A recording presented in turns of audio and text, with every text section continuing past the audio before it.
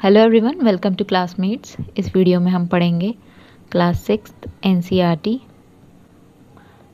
Chapter number 2 oceans and continents. सबसे पहले ये देख लेते हैं। जूल्स वर्ने ने 1870 में लिखी हैं ये lines. The ocean is everything, ocean सब कुछ है, समुद्र आपका सब कुछ है। It covers 7/10 of the terrestrial globe, ये पूरे ग्लोब का 7/10 पार्ट कवर करता है। Its breath is pure and healthy, इसकी जो हवा है या कहें ब्रीथ है वो बहुत ही साफ़ है और स्वस्थ है। It is an immense desert where man is never lonely, ये एक ऐसी जगह है जहाँ पर इंसान कभी अकेला नहीं रह सकता। For he feels life steering all around, इंसान कभी अकेला नहीं है, उसके आजू बाजू बहुत सारी जिंदगियाँ हैं। The ocean is the vast reservoir of nature, ocean nature का बहुत बड़ा सा रिजर्वायर है। The globe begins with the ocean, globe की शुरुआत ओशियन से हुई थी। So to speak, and the who knows if it will not end with it, क्या पता ये ख़त्म भी ना हो। ठीक है, इसके बाद ये एक पिक्चर है अर्थ की। ठीक, ये स्पेस से ली हुई है और ये लिया है लूनर रिकॉग्निजेंस ऑर्बिटर ने।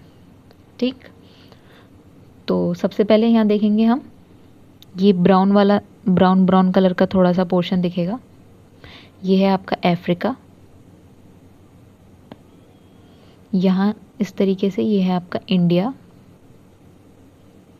इसके ऊपर देखने के लिए मिल जाएगा ये एशिया। यहाँ ये वाला है ऑस्ट्रेलिया। नीचे की तरफ है ये पूरा एंटार्क्टिका।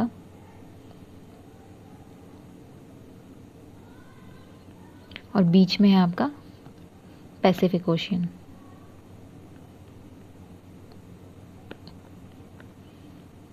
ठीक है, तो आपको दो तरीके के मोस्टली इसमें दिखेंगे कलर्स। ये ब्राउन वाला लैंड का जो पोर्शन होगा वो थोड़ा होगा ब्राउन कलर का, लैंड वाला जो पार्ट है ये आपको ब्राउन कलर में दिखेगा। वहीं वाटर आपको ब्लू कलर का दिखेगा। ठीक है, जहाँ जहाँ ब्लू कलर है दैट मीन्स वाटर है। अगर आप इस इमेज को देखेंगे तो सबसे ज़्यादा आपको यहाँ पर ब्लू कलर दिख रहा होगा। इसी वजह से जो हमारे एस्ट्रोनॉट्स हैं वो अर्थ को ब्लू प्लैनेट भी बोलते हैं। ओके, अभी आगे देखेंगे हम।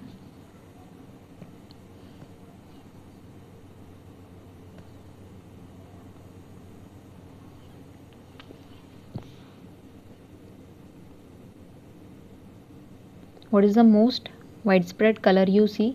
ब्लू, सबसे ज़्यादा आपको कौन सा कलर दिखाई दिया? Blue, obviously. But what does it present, लेकिन वो किसको दिखा रहा है? You may guess the answer, water, water को दिखा रहा है।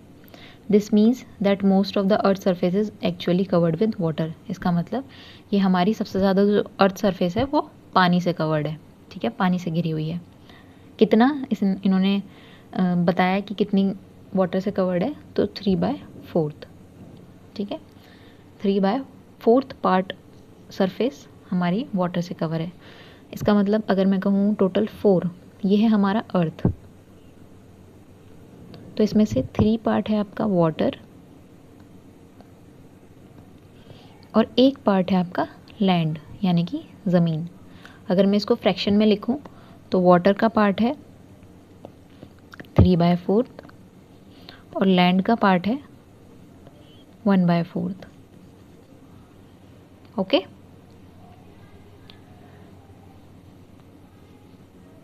That is why when seen from the outer space the earth appears mostly blue, इसलिए हमें ब्लू दिखाई देती है।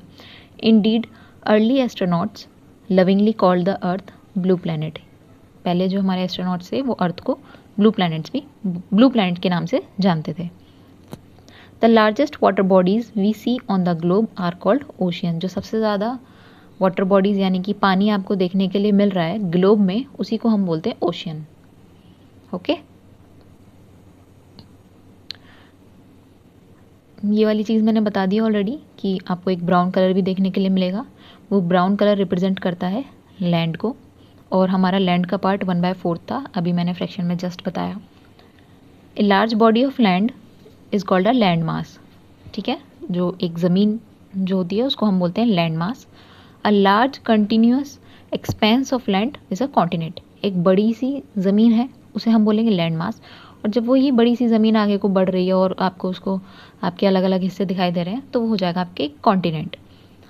कॉन्टिनेंट हम अच्छे से आगे चैप्टर में पढ़ेंगे, ठीक है। Both oceans and continent play a vital role in shaping the climate of the अर्थ।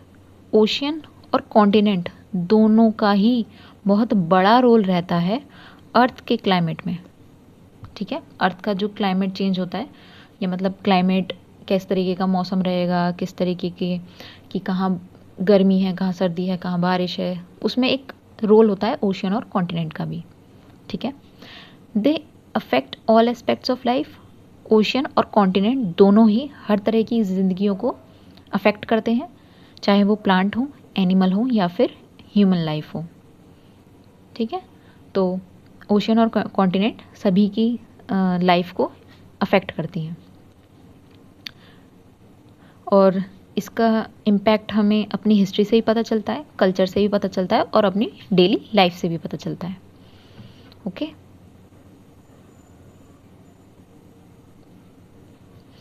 अब ये है इंडियन नेवी का सिंबल, ओके, और यहाँ पर ये दिया हुआ है इंडियन नेवी का मोटो, जो नीचे से लिखा होता है ना, ये कोट जैसा या थॉट जैसा, ये होता है आपका मोटो होता है।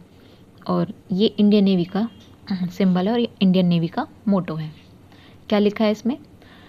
शाम नो वरुणा, ठीक, शाम नो वरुणा लिखा ये है, प्रोनाउंसिएशन ये है, ठीक है। इसका मतलब है be auspicious to us o Varun, be auspicious to us o Varun, that means कि हे वरुण देवता हमारे लिए शुभ रहें या फिर हमारे काम सक्सेसफुल रहें, ठीक है। अब वरुण, हमारी वैदिक जो किताबें होती हैं, पुराने जो वेद, उसमें वरुण देवता एक भगवान है जो रिप्रेजेंट करते हैं ओशियंस को, ठीक है, या फिर जनरली बोलें तो स्काई को और वाटर को, ऊपर आसमान नीचे पानी, इसको वरुण देवता रिप्रेजेंट करते हैं, ठीक है। अब ओशियन में क्या ही रहेगा, ऊपर आसमान होगा, नीचे पानी, ठीक। नेक्स्ट देखते हैं।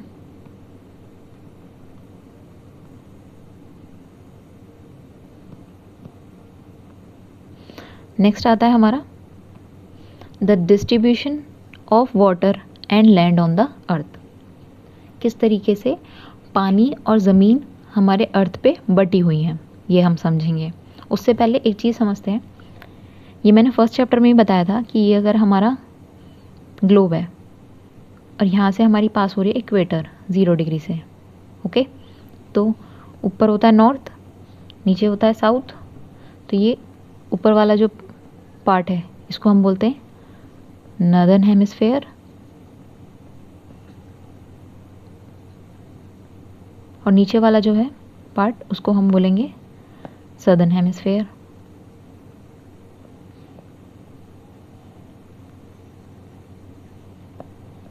ठीक है। तो ओशन और कॉन्टिनेंट बराबर नहीं बटे हुए हैं, नॉर्दर्न हेमिस्फेयर और सदर्न हेमिस्फेयर। ये आपका इमेज है, ये नॉर्थ है, ये वाली इमेज है आपकी साउथ की, साउथ पोल यानी कि, ठीक है। यहाँ पर आपको ज़्यादा लैंड देखने के लिए मिलेगी, यहाँ पर आपको कम लैंड देखने के लिए मिलेगी, ऑलराइट। ये है आपका नॉर्थ पोल, ये है south pole. The blue area consist of oceans, इसमें जो ये ब्लू कलर है ये ओशियंस है और ये जो ब्राउन कलर है ये है आपका लैंड, ठीक। अच्छा, इसी के साथ ना कुछ टर्म्स आती हैं, सी, बे और गल्फ। ये क्या होता है? तीनों ही सी, बे और गल्फ तीनों ही वाटर बॉडीज़ हैं, मतलब आपका एक ऐसी जगह है जहाँ मतलब पानी होता है, तो ये वाटर बॉडीज़ हैं। बस डिफरेंस इसमें इतना है कि ये थोड़ी साइज़ में और शेप में अलग अलग होती हैं। ठीक, सबसे बड़ा होता है आपका ओशियन। ओशियन से अगर हम छोटा कहें तो होता है सी। सी ओशियन से छोटा होता है और हमेशा आपको कोस्ट के किनारे दिखेगा। कोस्ट होता है ना, जिसे कहते हैं हम, कोस्टल एरिया होता है आपका, उसके जो पास वाला होता है उसको हम बोलते हैं सी। ठीक है, वहीं अगर हम बात करें बे, बे होता है जिसका मतलब थोड़ा सा ऐसे, तो ये जो माउथ होता है ना वाटर बॉडी का, ये थोड़ा बड़ा होता है। और गल्फ, गल्फ थोड़ा सा ऐसे छोटी सी एक बड़ी सी गहरी सी जगह होती है, उसमें आपका पानी भरा हुआ होता है। देखो इमेज से, मैं इमेज के थ्रू क्लियर करते हैं।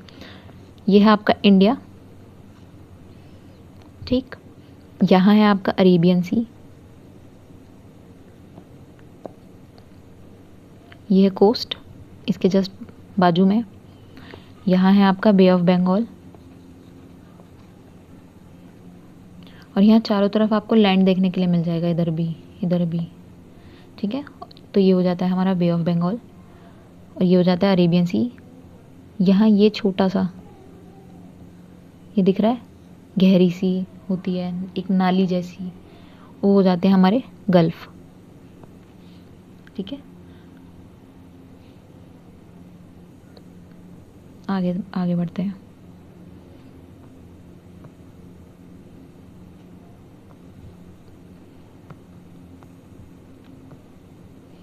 ये ओशन लाइफ की कुछ बढ़िया बढ़िया पिक्चर्स दी हुई हैं, जैसे ये हैं हमारे कोरल लीव्स, कोरल रीफ्स, और ये स्टारफिश, ये है शार्क, ये है स्पर्म वेल, ये है मदर, ये है बेबी। ठीक, ये है डॉल्फिन्स, ये हैं shallow coral reef with colourful tropical fish. ये कलरफुल ट्रॉपिकल फिश हैं, ये एक्वेरियम में भी देखने के लिए मिल जाएंगी। ठीक, ये है एल्गी, यहाँ है पेंगुइन, एम्परर पेंगुइन्स, और ये है बोनेर सी टर्टल। ओके, ये ओशियंस के अंदर की लाइफ बताई गई है कि हाँ भाई इस तरीके से अंदर से ओशियन दिखता है। ठीक, नेक्स्ट आते हैं। The ocean together holds most of the water available on the planet. Ocean में बहुत सारा पानी होता है, ओशियन तो बना ही पानी से होता है, but this sea water is salty. लेकिन ये जो पानी होता है ना, ये सॉल्टी होता है, मतलब नमकीन होता है, इसमें नमक होता है, जिसे हम बोलते हैं खारा होता है। And unfit for consumption by most land animals including humans. इतना खारा होता है कि हम इसको ना तो पी सकते हैं, ना ही किसी काम में ले सकते हैं। ठीक है, चाहे वो ज़मीन पर रहने वाला कोई और जानवर हो या फिर हम खुद इंसान हो, हमारे लिए ये सी वाटर कंज्यूम करने लायक नहीं होता। ठीक है, on the other hand fresh water makes up a very small portion of the planets water resources. जितने भी पानी के स्रोत हैं, जहाँ जहाँ से पानी आता है, उसमें फ्रेश वाटर का अमाउंट, मतलब फ्रेश वाटर सबसे कम मात्रा में प्रेजेंट है। ठीक, कहाँ कहाँ मिलते हैं फ्रेश वाटर? ग्लेशियर्स में, रिवर्स में, लेक्स में, और एटमॉस्फेयर में, और अंडरग्राउंड, जिसे हम बोलते हैं ग्राउंड वाटर, ज़मीन के नीचे से। अगर आपने देखा हो घर में मोटर लगी होती हैं या फिर घर में समर लगा हुआ होता है, तो वो कहाँ से आता है पानी? Ground water. ओके,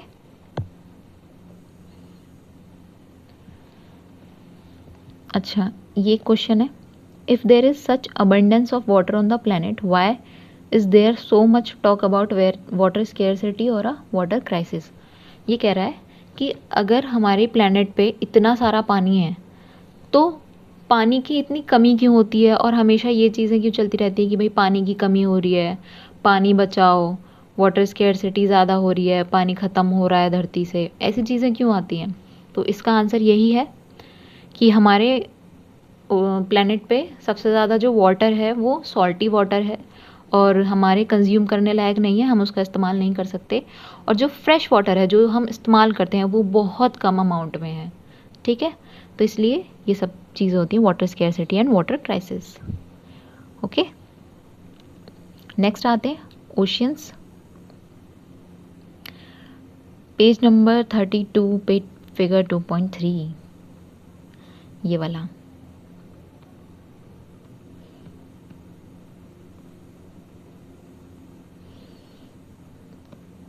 ठीक है, यहाँ पर आपको दिए हैं ओशियन अलग अलग। पैसिफिक ओशियन है, अटलांटिक ओशियन है, आर्कटिक ओशियन है, इंडियन ओशियन है, पैसिफिक ओशियन है, सदर्न ओशियन है। ठीक है, ये अलग अलग ओशियंस के नाम हैं। और ये जो है northern America, southern America, Eurasia, Africa, Antarctica, Australia, ये हैं कॉन्टिनेंट्स। ठीक, तो सबसे पहले ओशियन पढ़ लेते हैं।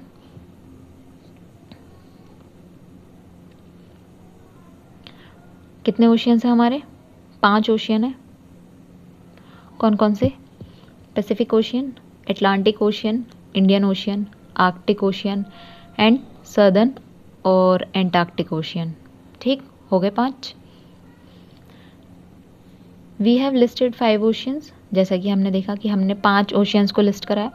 It is clear from the map that they are not really separate. आपको मैप देख के समझ में आ रहा होगा कि ये अलग नहीं है, सेपरेट नहीं है कि बिल्कुल एक यहाँ ओशियन है और बीच में एक ज़मीन का टुकड़ा आ गया और ये अलग डिवाइड हो गया, ये अलग डिवाइड हो गया, ऐसे नहीं है। ठीक है, the lines that divide them on the map are no more than conventions. That means कि जो ओशियंस है हमारे किसी बाउंड्री से या कोई लैंड बाउंड्री से सेपरेट नहीं है, बस एक कन्वेंशन है और उससे ज़्यादा कुछ नहीं। ठीक, the natural world does not follow such boundaries. अगर हम नेचर की बात करें तो नेचर अपनी कोई ऐसी बाउंड्रीज मानता नहीं है। पैसिफिक ओशन का पानी ज़रूरी नहीं कि इंडियन ओशन में ना आए, अटलांटिक ओशन का पानी कहीं और ना जाए, तो वो एक दूसरे में इधर से उधर जाता रहता है और पानी मिक्स होता रहता है। Okay, for example constantly flows across different oceans sustaining a rich biodiversity of marine life. अब क्योंकि ये पानी जो होता है ये कॉन्स्टेंटली लगातार फ्लो होता रहता है एक ओशियन से दूसरे ओशियन में, इसी वजह से यहाँ की जो डाइवर्सिटी होती है वो बहुत ज़्यादा रिच होती है और साथ ही साथ क्या होती है, मेरीन लाइफ की बहुत रिच बायोडाइवर्सिटी होती है। मतलब मेरीन, सबसे पहले मरीन समझते हैं, लाइफ मतलब ज़िंदगी, मरीन होता है आपका कोई भी ऐसी चीज़ जो आपको ओशियन या फिर समुद्र में मिले।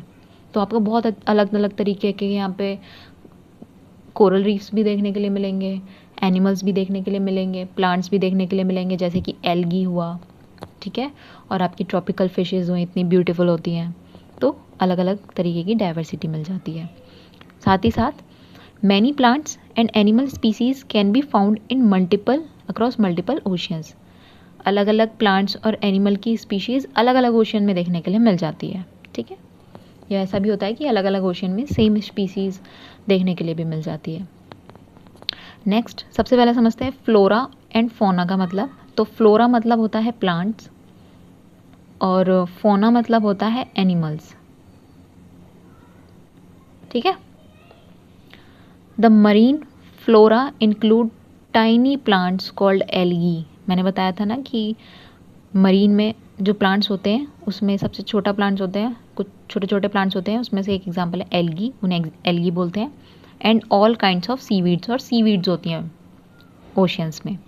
ठीक, मरीन फौना, अगर एनिमल्स की बात करें तो थाउजेंड्स ऑफ स्पीशीज़, बहुत सारी स्पीशीज़ हैं एनिमल्स की। तो फिश हैं, डॉल्फिन्स हैं, वेल्स हैं, और आपके काउंटलेस मतलब अनगिनत मिस्टीरियस डीप सी क्रिएचर्स, बहुत से अनगिनत ऐसे जानवर हैं जो अब तक हमें देखने के लिए भी नहीं मिले हैं, जो अब तक नज़र में भी नहीं आए हैं। ठीक है, ऐसी बहुत सारी स्पीशीज़ हैं जो अभी तक डिस्कवरी नहीं हो पाई है, जिनकी खोज ही नहीं हो पाई है, वो इस तरीके की हैं। ठीक है, each part of the ocean from a sunlit surface to the dark depth has its own diverse life form. अगर ये ओशन है तो आपको सरफेस से लेके बिल्कुल एकदम डीप डाउन डार्क में, एकदम डेप्थ में अलग अलग तरीके की ज़िंदगियाँ देखने के लिए मिल जाएंगी, बहुत डाइवर्स तरीके की ज़िंदगियाँ देखने के लिए मिल जाएंगी। ठीक है, और अलग अलग तरीके का आपको डाइवर्सिटी देखने के लिए, मरीन डाइवर्सिटी देखने के लिए मिल जाएगी। ओके, ये है आपका ओशियन। एक बार हम इसका ये मैप देख लेते हैं। ये है आपका आर्कटिक ओशियन, कहाँ है? नॉर्थ पोल, सबसे नॉर्थ में आर्कटिक ओशियन। अगर हम सबसे साउथ की बात करें, एकदम साउथ में, तो एंटार्क्टिक पड़ता है, ये है कॉन्टिनेंट। और यहीं का ये जो सदर्न ओशन है इसको हम आर्कटिक ओशन भी बोलते हैं, एंटार्क्टिक ओशन भी बोलते हैं, एंटार्क्टिक ओशियन। ठीक है। नॉर्थ अमेरिका, साउथ अमेरिका, इसके इधर वाला जो पोर्शन है, और हम एशिया के यूरेशिया के और ऑस्ट्रेलिया के राइट वाला और अमेरिका के लेफ्ट वाला, ये हो गया आपका पैसिफिक ओशन। ठीक। अमेरिका के और अफ्रीका के बीच वाला होता है अटलांटिक ओशन। ठीक। हम अफ्रीका को यहाँ से डिवाइड करें, ऑस्ट्रेलिया को यहाँ से बिल्कुल बीच में से, तो ये जितना भी वाटर बॉडीज़ है ये आपका हो गया इंडियन ओशियन। ठीक है। क्यों भाई, यहाँ पे इंडिया आ रहा है तो इंडियन ओशियन। ठीक।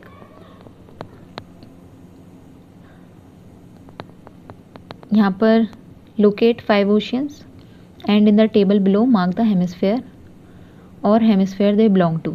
ये आपके ओशियंस दिए हुए हैं। अब आपको डिसाइड करना है कि कौन सा नॉर्दर्न हेमिस्फेयर में, कौन सा सदर्न हेमिस्फेयर में। ये आपको दी हुई है इक्वेटर, ये इक्वेटर है 0 डिग्री। अब आप डिसाइड करो कौन सा नॉर्थ में और कौन सा सदर्न हेमिस्फेयर में। और देखो ये सिर्फ हमने बनाई है बाउंड्रीज़, नेचुरली कोई बाउंड्री नहीं है। पैसिफिक का पानी अटलांटिक में भी जा सकता है, यहाँ से इंडियन अटलांटिक का इंडियन ओशन में जा सकता है, इंडियन ओशन का यहाँ भी आ सकता है, आर्कटिक का यहाँ आ सकता है, एंटार्क्टिक का यहाँ जा सकता है, कोई भी वाटर कहीं भी मिक्स हो सकता है। ठीक है। आगे देखते हैं। It is visible on the map that the Pacific ocean is the largest of all followed by Atlantic ocean. अब ज़रा एक बार ध्यान से देखेंगे फिर से, अगर इस मैप को देखेंगे तो सबसे बड़ा जो ओशियन है वो है आपका पैसिफिक ओशियन, सबसे बड़ा है। बाकी उसके बाद आता है आपका अटलांटिक ओशियन, फिर आता है इंडियन ओशियन, फिर बाकी के आते हैं। ठीक। सबसे बड़ा ओशियन कौन सा है? Pacific ocean. अगर एमसीक्यू में आए तो याद रहना चाहिए। The Indian ocean is the 3rd largest, तो सबसे पहला था हमारा पैसिफिक, सेकेंड लार्जेस्ट है हमारा अटलांटिक ओशियन और 3rd लार्जेस्ट है इंडियन ओशियन। ठीक है।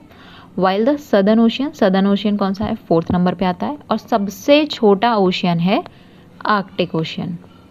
Okay. 1st, 2nd, 3rd, 4th and 5th। ठीक।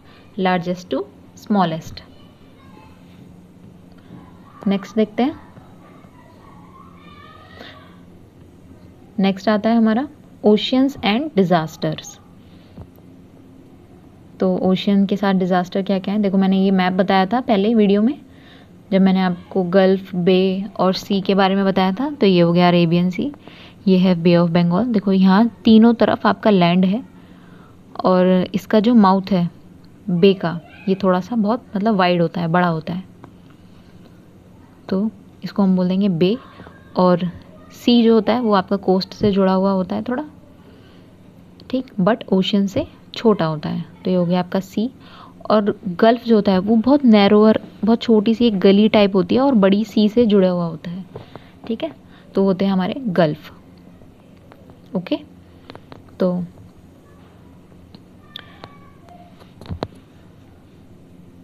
ओशियन एंड डिजास्टर देखते हैं। They are large masses of clouds.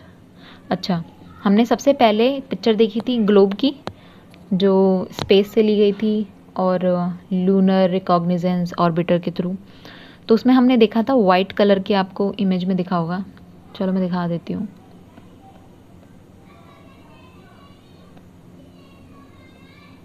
ये यहाँ पे आपको सबसे ज़्यादा देखने के लिए मिलेगा, ये वाइट कलर भी दिख रहा है थोड़ा थोड़ा, ये जगह जगह वाइट कलर दिख रहा है। ये क्या है वाइट कलर?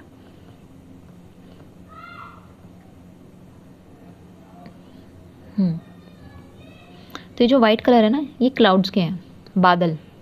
ठीक, ये बादल को रिप्रेजेंट करने के लिए वो वाइट कलर दिखाया हुआ है। तो बादलों से क्या होता है? बारिश होती है। कहाँ बारिश होती है? कॉन्टिनेंट्स में बारिश होती है, ओशन में भी बारिश होती है। और for instance monsoon rains we in India expect every summer originate in the ocean. देखो अगर हम बात करें इंडिया की, तो इंडिया में हर साल गर्मियों में, समर के टाइम पर आपको एक सीज़न देखने के लिए मिलेगा जिसको हम बोलते हैं मॉनसून। और मानसून में सबसे ज़्यादा क्या होता है? बारिश, रेन सबसे ज़्यादा होती है भारत में बारिश। अब ये बारिश कहाँ से आती है? ओरिजिनेट इन द ओशियन, समुद्र से आता है सारा पानी। देखो मानसून ऐसे आता है इधर से समुद्र की तरफ से, तो यहाँ का जो पानी होता है ना ये बादलों में आ जाता है। यहाँ से बादल ओशियन से पानी को एब्जॉर्ब कर लेते हैं, पानी उठा लेते हैं। अब जब जैसे ही वो इंडिया की तरफ आते हैं और लैंड पर आते हैं तो वैसे ही बारिश होने लगती है। ठीक है, तो पानी कहाँ से आता है? वो ओशियन से। ठीक, विदाउट रेन, अगर ये बारिश ना हो तो खेती को नुकसान हो जाएगा, जगह जगह सूखा पड़ने लगेगा। तो बारिश से क्या होता है? हमारा एग्रीकल्चर अच्छा होता है। ठीक, और जो लाइफ है और बहुत सारी मतलब जानवर जो होते हैं, जंगली जानवर होते हैं, उनके लिए भी बहुत राहत होती है, प्लांट्स भी अच्छे खासे होने लगते हैं। लेकिन अगर बारिश ना हो तो सबसे नुकसान होगा हमारे एग्रीकल्चर को, खेती को नुकसान होगा। फिर ऐसे जंगली जानवर जो बेचारे पानी के लिए तरसते हैं उनके लिए नुकसान है, पेड़ पौधों को नुकसान है, गर्मी सबसे ज़्यादा बढ़ेगी। ठीक है, but oceans often also give rise to storms, लेकिन कभी कभी ये जो समुद्र होते हैं एक तूफान को मतलब एक तूफान को जनरेट कर देते हैं। इससे कभी कभी तूफान भी आते हैं, जैसे कि violent events with extreme rainfall और very strong wind such as cyclones. जैसे कि अगर हम कहें कभी कभी बाढ़ आ जाती है बहुत ज़्यादा। एक होता है लिमिटेड में बारिश हो जाए और एक होता है जब सबसे ज़्यादा बारिश हो जाए। अगर बहुत तेज़ बारिश होती है तो उसके भी नुकसान है, जैसे कि बाढ़ आएगी। ठीक है, जो आजू बाजू के रहने वाले लोग हैं उनका जीवन अस्त व्यस्त हो जाएगा। और लैंडस्लाइड्स होती हैं। लैंडस्लाइड्स मतलब कि ऐसे कोई पहाड़ है, बहुत बारिश पड़ रही है, बहुत बारिश पड़ रही है, तो यहाँ की जो मिट्टी होती है वो बहुत ढीली हो जाती है, तो वो नीचे की तरफ खिसक जाती है। तो जो नीचे रहने वाले लोग हैं उनके लिए खतरा हो जाता है। ठीक, और कभी कभी हम देखने को मिलता है क्लाउड बस्ट। क्लाउड बस्ट क्या होता है कि बादल फट जाना, अगर बोलें तो अगर इधर बहुत सारा पानी लेके बारिश, यहाँ मतलब एक बादल है जिसमें बहुत सारा पानी है, इधर भी एक बादल है इसमें के पास भी बहुत सारा पानी है, दोनों एक जगह आ जाएं, टकरा जाएं तो एक मिलके बहुत सारा पानी हो जाएगा और वो एक ही जगह पर बहुत सारी बारिश कर दें, तो इसी को ही बोलते हैं क्लाउड बस्ट या फिर कहते हैं बादल फटना। ठीक है, तो इस तरीके की चीज़ें होती हैं। हम बात करें साइक्लोन्स की, तो साइक्लोन्स आते हैं चक्रवाती तूफान। ठीक है, पहले ओशियंस में रहते हैं, फिर ओशियन से फिर आते हैं लैंड पर, ज़मीन पर, तो बहुत ज़्यादा आंधी के साथ बारिश आती है। ठीक, जो आसपास के कोस्टल रीजन हैं ये वाले समुद्र के किनारे वाले, इसमें सबसे ज़्यादा नुकसान होता है, इनको बहुत ज़्यादा नुकसान होता है। सुनामी आती है, ये दूसरा नेचुरल डिज़ास्टर। ये सब नेचुरल है, हमने नहीं लाया कि हम कहें कि बाढ़ आ जाए कहीं, ये सब नेचुरली होता है। ठीक है, तो सुनामी आती है। और huge and powerful wave generally caused by strong earthquake और वोल्केनिक इरप्शन, मतलब बहुत ऊंची ऊंची लंबी लंबी पानी की वेव्स आती हैं। किसकी वजह से होती हैं वो? अगर मान लो समुद्र है, समुद्र के नीचे अर्थक्वेक आ जाए। ठीक, समुद्र में अगर अर्थक्वेक आ जाए, ठीक, तो उस अर्थक्वेक की वजह से बहुत ऊंची ऊंची लहरें उठती हैं और वो ऊंची ऊंची लहरें जो कोस्टल रीजन्स होते हैं उसमें टकराती हैं और वहाँ के जो जीवन है उसको अस्त व्यस्त कर देती हैं। ठीक है, वॉल्केनिक इरप्शन हो जाए at the bottom of the sea, मतलब अगर ये समुद्र है यहाँ पर कोई वॉल्केनो फट जाए, ठीक है, तो क्या होगा? अब वॉल्केनो फट जाएगा तो भाई बहुत सारा, पहले तो पानी के नीचे है तो बहुत सारा वाटर वेपर की तरह उड़ेगा। ठीक, और आसपास के जो लोग हैं उनकी लाइफ को डिस्ट्रॉय करेगा। और tsunami can travel through out a kilometre and submerge coastal areas causing wide spread damage. अगर कहीं सुनामी आती है, देखो सुनामी बहुत किलोमीटर दूर तक जाती है, थाउजेंड्स ऑफ किलोमीटर दूर तक जाती है और अलग अलग कोस्टल एरियाज से टकराती हुई बहुत सारा डैमेज करती है। ठीक, तो ये कुछ ओशियन से रिलेटेड डिज़ास्टर हैं, जैसे बाढ़ आना और सुनामी आना, साइक्लोन्स आना और वॉल्केनिक इरप्शंस होना। ठीक है, जिसे हम एक्सट्रीम रेनफॉल भी बोल देते हैं विद स्ट्रॉन्ग विंड्स। ठीक, ये होते हैं हमारे साइक्लोन्स। एक्सट्रीम रेनफॉल, बहुत ज़्यादा बारिश, साथ के साथ आंधी, बहुत स्ट्रॉन्ग विंड्स चलती हैं। अब आंधी आएगी तो इंफ्रास्ट्रक्चर जो मतलब मकान बने होते हैं या फिर कोई सरकार के द्वारा कुछ बना हुआ होता है या बहुत सारा पेड़ गिर जाते हैं, उससे बिजली वगैरह चली जाती है, तो बहुत सारा डैमेज हुआ ना। तो ये सब कैसे डैमेज है? नेचुरल डैमेज है। ठीक। On 26 December 2004, India and another 13 countries around the Indian Ocean were struck by a powerful tsunami. देखो, इंडियन ओशियन के साथ साथ और 13 देश ऐसे थे कब? 26 नवंबर 2004, जहाँ पर बहुत पावरफुल सुनामी आई थी। और वो सुनामी किस वजह से आई थी? क्योंकि इंडोनेशिया में भूकंप आया था। जब पानी के नीचे भूकंप आता है तो उससे बहुत ऊंची ऊंची लहरें बनती हैं, जिससे सुनामी का रूप ले लेती हैं वो। ठीक है।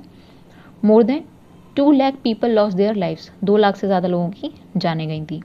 इन India the Andaman and Nicobar islands and the coast of Tamil Nadu and Kerala were severely affected and suffered much damage and loss of life. मतलब भारत में जो अंडमान और निकोबार आइलैंड है, ये हमारा इंडिया है, तो इधर कोस्टल है ना, कोस्टल आइलैंड हमारे, कोस्टल कह रही हूँ सॉरी, आइलैंड्स है ना हमारे अंडमान निकोबार, और इधर है लक्षद्वीप। ठीक है।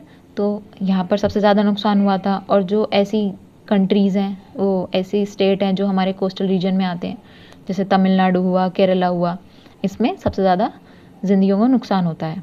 ठीक। Such tsunamis are rare but very destructive. ऐसी सुनामी बहुत रेयर होती है, मतलब बहुत कम आती हैं, लेकिन जब भी आती हैं उससे तबाही बहुत ज़्यादा होती है। Luckily they can often be detected before they hit a coast. अब हमारे पास ऐसी टेक्निक है कि सुनामी आने से पहले हम डिटेक्ट कर सकते हैं कि हाँ भाई, यहाँ सुनामी आने वाली है। ठीक। Many countries collaborate in such early warning system. बहुत सारी कंट्रीज़ एक साथ आकर के अर्ली वार्निंग सिस्टम जैसे प्रोग्राम में कोलैबोरेट करती हैं। There is in particular and Indian Ocean tsunami warning system. India का खुद का है Indian Ocean warning system, to which many countries include India contribute, जिसमें बहुत सारी कंट्रीज़ साथ के साथ इंडिया ने कॉन्ट्रीब्यूट किया है। This helps to take measures to protect life and property. इसकी वजह से बहुत सारी जिंदगियां और प्रॉपर्टी बच जाती हैं। Events that lead to loss of life and property are handled under disaster management. अगर इस तरीके का कोई इवेंट, मतलब डिस्ट्रक्शन वाला इवेंट होता है, जैसे कि सुनामी हुआ, साइक्लोन हुआ, और इससे जो जिंदगियां तबाह होती हैं, उसको हैंडल करने के लिए डिजास्टर मैनेजमेंट एक है। ठीक है। India has its own, India का खुद का है नेशनल डिज़ास्टर मैनेजमेंट अथॉरिटी। एक अथॉरिटी है, अगर कहीं बाढ़ आ जाए, भूकंप आ जाए, सुनामी आ जाए और वहाँ पर लाइफ ज़िंदगियाँ ख़राब बर्बाद हो जाएं या फिर प्रॉपर्टी को नुकसान हो जाए, तो उसमें नेशनल डिज़ास्टर मैनेजमेंट अथॉरिटी सबसे पहले आगे आती है और इस तरीके के डिज़ास्टर से मतलब लोगों को निकालती है, बचाती है, और जो वहाँ के लोग हैं बाकी के, उनको बचाती है, उनके लिए अलग से इंतज़ाम करती है। ठीक। नेक्स्ट आते हैं कॉन्टिनेंट्स। तो इस वीडियो में इतना ही, बाकी का हम पार्ट 2 में कवर करेंगे। इसमें हम कॉन्टिनेंट से आगे का पढ़ेंगे। Okay, thank you.